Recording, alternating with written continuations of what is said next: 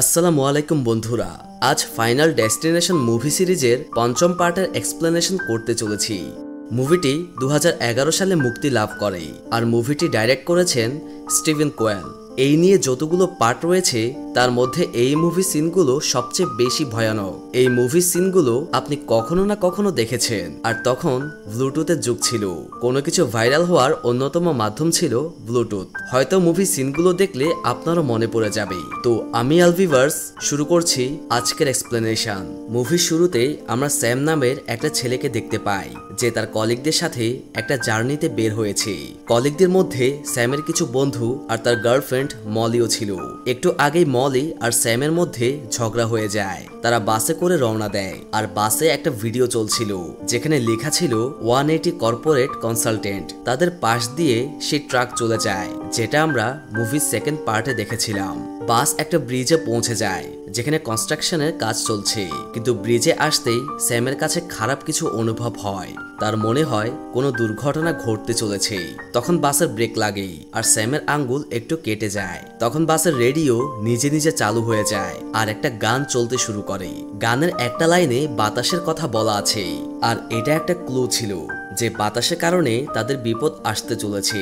বাতাসের কারণে তারা মারা যাবে, আর বাতাসের কারণেই সেই ব্রিজটা ধ্বংস হয়ে যাবে। সেটা স্যাম ছাড়া কেউই বুঝতে পারে না।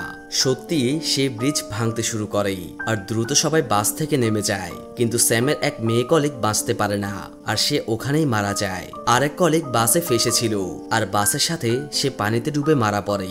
সবাই জীবন বাঁচাতে পালাতে শুরু করে।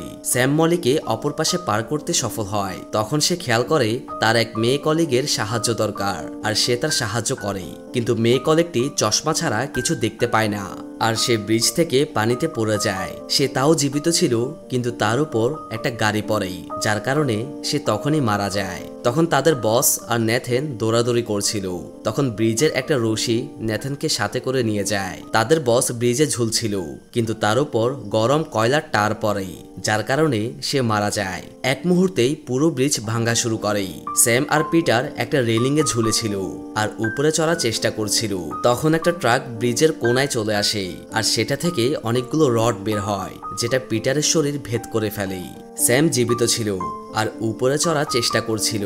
সেও বাঁচতে পারে না আর খুব বাজেভাবে তার মৃত্যু হয়। তখন স্যামের চোখ খুলে যায়। সে অনেক হতবাক ছিল যে এইমাত্র আমি কি দেখলাম। তখন বাস ব্রেক করে আর তার আঙ্গুল কেটে যায়। তখন সত্যি বাসের রেডিও চালু হয়ে যায় আর সেই গান বাজে যেটা স্যাম এইমাত্র ইমাজিন করেছিল। স্যাম বুঝে ফেলে যে সে ভবিষ্যৎ দেখে নিয়েছে, যার কারণে সে অনেক ভয় পেয়ে যায়। সে চিৎকার করে বলে ব্রিজ ভাঙতে চলেছে, কিন্তু কেউ তাকে বিশ্বাস করে না। স্যাম তার গার্লফ্রেন্ড মলিকে নিয়ে বাস থেকে নেমে যায়। তার সাথে বাকিরাও বাস থেকে নেমে পড়ে আর তখনই স্যামের কথা সত্য হয়ে যায়, অর্থাৎ ব্রিজ ভাঙতে শুরু করে। কিন্তু স্যামের কারণে তারা বেঁচে যায় আর সবাই চোখের সামনে ব্রিজটি ধ্বংস হতে দেখে। সবাই স্যামকে ভয় পাচ্ছিল। তাদের মনে অনেক প্রশ্ন জেগে ওঠে যে স্যাম কিভাবে ভবিষ্যৎ জেনে গিয়েছিল। তাই এক এজেন্ট স্যামকে তদন্তের জন্য ডাক দেয়। সে স্যামকে আতঙ্কবাদী বলে সন্দেহ করে, কিন্তু তার হাতে কোনো প্রমাণ ছিল না। আর ব্রিজ ভাঙার পেছনে ঝড়ো বাতাসকেই দায়ী করা হয়েছিল। স্যামের দোষ না থাকায় তাকে ছেড়ে দেওয়া হয়। তারা বাকি কর্মীদের মেমোরিয়ালে যায় আর সেখানে তারা উইলিয়ামকে দেখতে পায়। সে বলে মৃত্যুকে ফাঁকি দেয়া একদমই ঠিক নয়। স্যাম একটা রেস্টুরেন্টে শেফ ছিল আর এই রেস্টুরেন্ট প্যারিসে শিফট করার প্ল্যান চলছিল। মলি আর স্যামের এই কারণে ঝগড়া হয়েছিল। মলি চায় না স্যাম প্যারিসে যাক। পিটারের গার্লফ্রেন্ড জিমে প্র্যাকটিস করছিল। পিটার অডিয়েন্সে বসে তাকে দেখছিল। পিটারের গার্লফ্রেন্ড এই প্র্যাকটিস অনেক উপভোগ করত আর প্র্যাকটিসের সময় মেয়েটি একটা ডিগবাজি মারার সময় অনেক জোরে নিচে পড়ে যায়। তার হাড়গোড় ভেঙে যায় আর খুব ভয়ঙ্কর ভাবে তার মৃত্যু হয়। এইসব পিটারের চোখের সামনে ঘটে। পরদিন সবাই অফিসে ছিল, কিন্তু কলিগের মৃত্যুর কারণে তারা কাজ করে না। পিটার অফিসে ছিল, কিন্তু গার্লফ্রেন্ডের মৃত্যুতে সে বিষণ্ণ হয়ে পড়ে। তারা সবাই ড্রিঙ্কস করে, কিন্তু তাদের একজন কলিগ নিখোঁজ ছিল। আসলে সে একটা মাসাজ ক্লাবে টিকিট পায় আর লুকিয়ে লুকিয়ে সেখানে চলে যায়। এক মেয়ে কলিগকে ডাক্তারের কাছে যেতে হবে, তাই সেও চলে যায়। যাওয়ার সময় তার ছবিটা নিচে পড়ে যায় আর ঠিক তার মুখেই গ্লাসটা ভেঙে গিয়েছিল।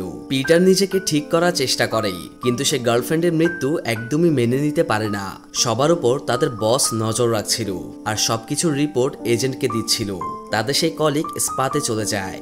মাসাজ নেয়ার পর একটা শেষ ধাপ বাকি থাকে। মহিলাটি তাকে আধা ঘন্টার জন্য বিশ্রাম করতে রেখে আসে আর তার শরীরে সুই ঢুকানো ছিল। মহিলাটি চলে যেতেই সেখানকার একটা টাওয়েলে আগুন ধরে যায়। সে চিৎকার করতে থাকে কিন্তু কেউ আসে না। সে নিজেই ওঠার চেষ্টা করলে সোজা ফ্লোরে পড়ে যায়। তার পড়ার সাথে সাথে অ্যালকোহলও ফ্লোরে পড়ে যায় আর লোকটার শরীরে থাকা সুইগুলো শরীরের ভেতরে ঢুকে যায়। তবুও সে সাহস করে দরজা পর্যন্ত চলে আসে। তখন তার ফোনে কল আসে আর ভাইব্রেশনের কারণে একটা মোমবাতি নিচে পড়ে, যার কারণে ফ্লোরে আগুন ধরে যায়। আগুনের কারণে তার ক্ষতি হয় না, সে বেঁচে যায়। কিন্তু একটা বুদ্ধ মূর্তি নিচে পড়ে, যার কারণে তার মাথা পুরোপুরি থেতলে যায়। এদিকে স্যাম আর মলি একসাথে ছিল। স্যাম মলিকে তার সাথে প্যারিসে যেতে বলে। তখন পিটার সেখানে চলে আসে আর যে কলিগ স্পাতে মারা গেছে তার মৃত্যুর খবর দেয়। তারা দ্রুত স্পাতে যায় আর সেখানে উইলিয়ামকে দেখতে পায়। তাদের মনে হয় উইলিয়াম তাদের ফলো করছে। স্যাম জিজ্ঞাসা করে, তুমি আমাদের ফলো করছো কেন? উইলিয়াম বলে, আমার কাজই হচ্ছে সেখানে যাওয়া যেখানে কারো মৃত্যু ঘটে। স্যাম জিজ্ঞাসা করে, তাদের সাথে এসব কি হচ্ছে? তখন উইলিয়াম তাদেরকে মৃত্যুর প্ল্যান আর প্যাটার্নের ব্যাপারে বলে আর সেই সবকিছু বলে দেয় যেগুলো মুভির বাকি 4টা পার্টে ঘটে গেছে। তারা সবকিছু বুঝে যায়, তবে একটা ব্যাপার ভালো করেই বুঝে, যদি তারা নিজের জায়গায় অন্য কাউকে মারে তবে তার মৃত্যুর কারণে নিজেকে মৃত্যুর তালিকা থেকে মুক্ত করা যাবে। এতে যে মরার কথা ছিল সে ওই লোকটার আয়ু পাবে যে অলরেডি মারা গেছে। কিন্তু নিজেকে বাঁচানোর জন্য অন্য কাউকে বলি দেয়া একদমই ঠিক কাজ নয়। স্যাম বলে, সবাই মারা যাবে কিন্তু মলি মরবে না, কারণ সে ব্রিজ ভাঙার সময় বেঁচে গিয়েছিল, যেটা স্যাম সেদিন স্বপ্নে দেখেছিল। এটা শুনে পিটারের মাথা গরম হয়ে যায়। এমনটা কেন হবে যে তার গার্লফ্রেন্ড মারা গেছে কিন্তু স্যামের গার্লফ্রেন্ড মরবে না? সে চলে যায়। তারা এখন মৃত্যুর নকশার ব্যাপারে জেনে গেছে, কিন্তু যে মেয়ে কলিগ ডাক্তারের কাছে গিয়েছিল সে কিছুই জানতো না। তারা তাকে এসব বলতে রওনা দেয়। সেই কলিগ চোখে লেজার ট্রিটমেন্ট করতে এসেছিল, কারণ সে ঠিকমতো চোখে দেখতে পেত না। ডাক্তার সবকিছু সেট আপ করে রেখেছিল। মেয়েটি অনেক বেশি ভয় পাচ্ছিল, তাই সে একটা টেডি বিয়ার নিয়েছিল। টেডি বিয়ার চেপে ধরায় সেটার একটা চোখ নিচে পড়ে যায়। ট্রিটমেন্ট শুরু করার আগে ডাক্তার ফাইলের মধ্যে কিছু একটা মিসিং দেখে আর মেয়েটাকে এভাবে রেখেই চলে যায়। ডাক্তার চলে যেতেই মেশিনে শর্ট সার্কিট হয়ে যায়, যার কারণে লেজারের পাওয়ার বাড়তে থাকে। সেটা ক্রমাগত বেড়েই চলছিল। এর সাথে মেয়েটার ভয়ও বাড়ছিল। সে লেজার বন্ধ করতে রিমোট নিতে চায়, কিন্তু সেটা নিচে পড়ে যায়। এতে রিমোটের স্টার্ট বাটন চাপা পড়ে আর লেজারটা চালু হয়ে যায়। মেয়েটার এক চোখ পুরোপুরি জ্বলে যায়। এক চোখের পর লেজার যখন দ্বিতীয় চোখে যাচ্ছিল তখন অলিভিয়া তার হাত দিয়ে ঢেকে দেয় আর চোখটা সেভ করে মেশিন থেকে উঠে যায়। এতক্ষণে স্যাম আর মলি সেখানে চলে আসে, কিন্তু অলিভিয়া সে টেডি বিয়ারের চোখে পিছলে যায় আর জানলা দিয়ে সোজা একটা গাড়ির উপরে পড়ে আর সেখানেই তার মৃত্যু ঘটে। তার একটা চোখ বেরিয়ে আসে, যেটা খুবই ভয়ানক দৃশ্য ছিল। সেখানে এজেন্ট চলে আসে আর স্যামকে প্রশ্ন করা শুরু করে। তখন স্যাম মৃত্যুর সম্পূর্ণ নকশা তাকে বুঝিয়ে দেয়, কিন্তু সেটা কেউই বিশ্বাস করবে না। সেই মেয়েটি মৃত্যুর পর এইবার ন্যাথানের পালা চলে এসেছে। ন্যাথান তার কাজে ছিল আর এক কর্মীর সাথে তার ঝগড়া হয়ে যায়। ন্যাথান বুঝে গিয়েছিল তার উপর একটা হুক পড়বে, যার কারণে সে মারা যাবে। তখন সে মৃত্যুকে ফাঁকি দেওয়ার চিন্তা করে। সে ওই কর্মীকে হুকের পড়ার সময় ধাক্কা মারে, যার কারণে সে কর্মী মারা যায়। কেউ সন্দেহ করতে পারবে না, কারণ সেটা অ্যাক্সিডেন্টের মতোই লাগছিল। পিটার বসকে মৃত্যুর ব্যাপারে সবকিছু বুঝিয়ে বলে, কিন্তু বস তার কথা বিশ্বাস করে না। আবার সবকিছু সেই এজেন্টকে বলে দেয়। তারা সবাই ন্যাথানের কাছে যায়, যে এখনো সেখানেই ছিল যেখানে মৃত্যু ঘটেছে।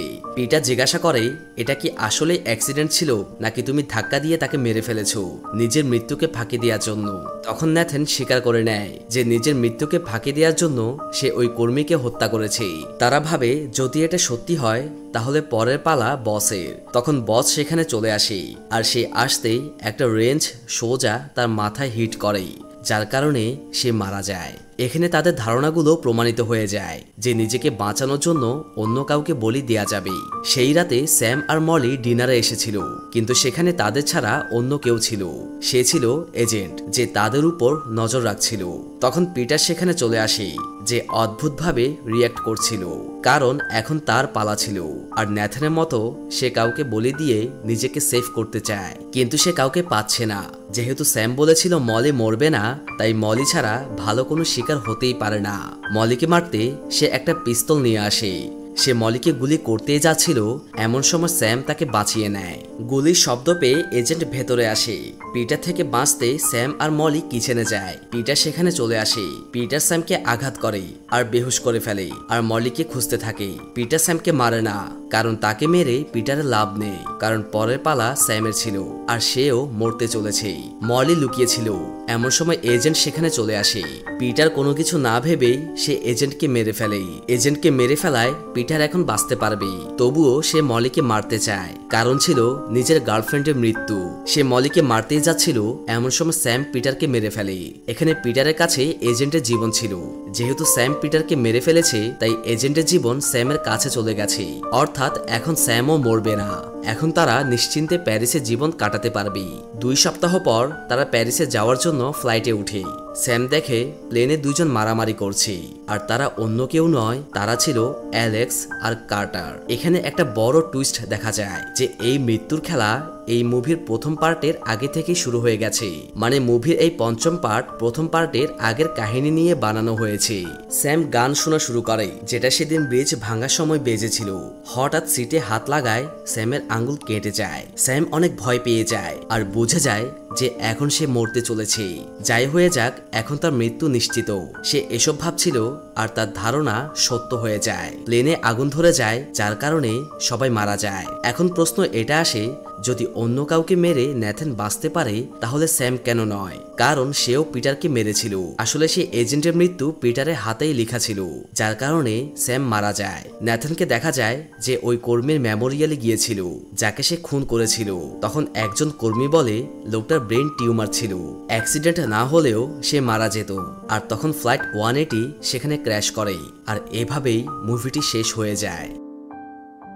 ভিডিও কেমন লেগেছে অবশ্যই কমেন্ট করে জানাবেন। আপনি যদি এমনই মুভির এক্সপ্লেনেশন দেখতে পছন্দ করেন, তাহলে চ্যানেলটি সাবস্ক্রাইব করে বেল আইকনটি বাজিয়ে দিন। আল্লাহ হাফেজ।